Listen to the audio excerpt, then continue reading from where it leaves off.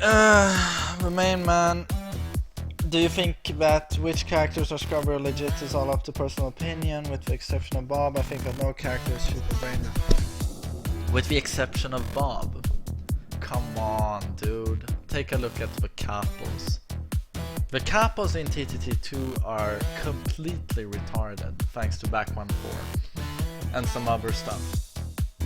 Honestly, you have a player such as Forsaken, he knows nothing. He reaches Emperor.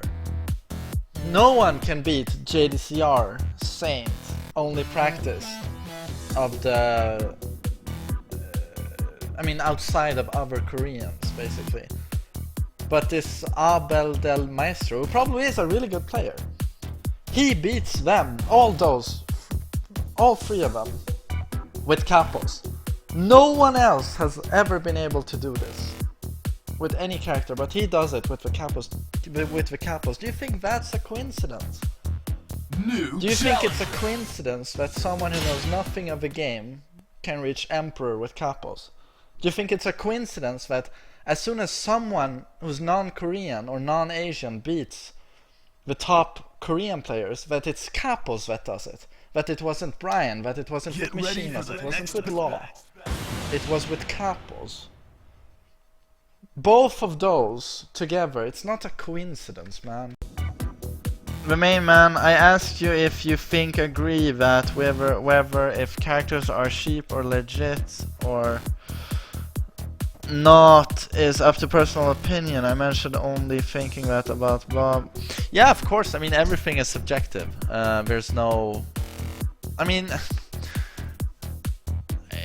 when it comes to this, it would be arrogant to say that you can say something definitively or factually, but the thing is, as I mentioned previously, and I hope you heard this point, I hate that I have to reiterate it, but it's not a coincidence that the non-Asian player that beats JDCR, Saint and Only Practice uses double Capos.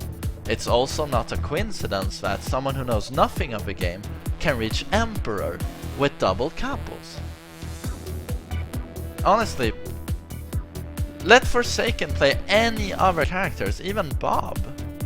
Bob and Lars, he won't be able to reach Emperor. Capos are characters where you input moves like this, and the character pretty much plays itself. Every move crushes, has built-in defense. You don't have to space, you only have to do attacks.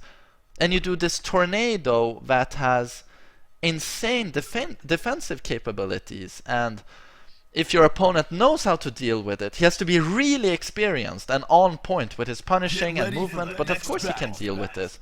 But if you add online and the slightest bit of lag on these very tight punishes, Capos are extremely powerful.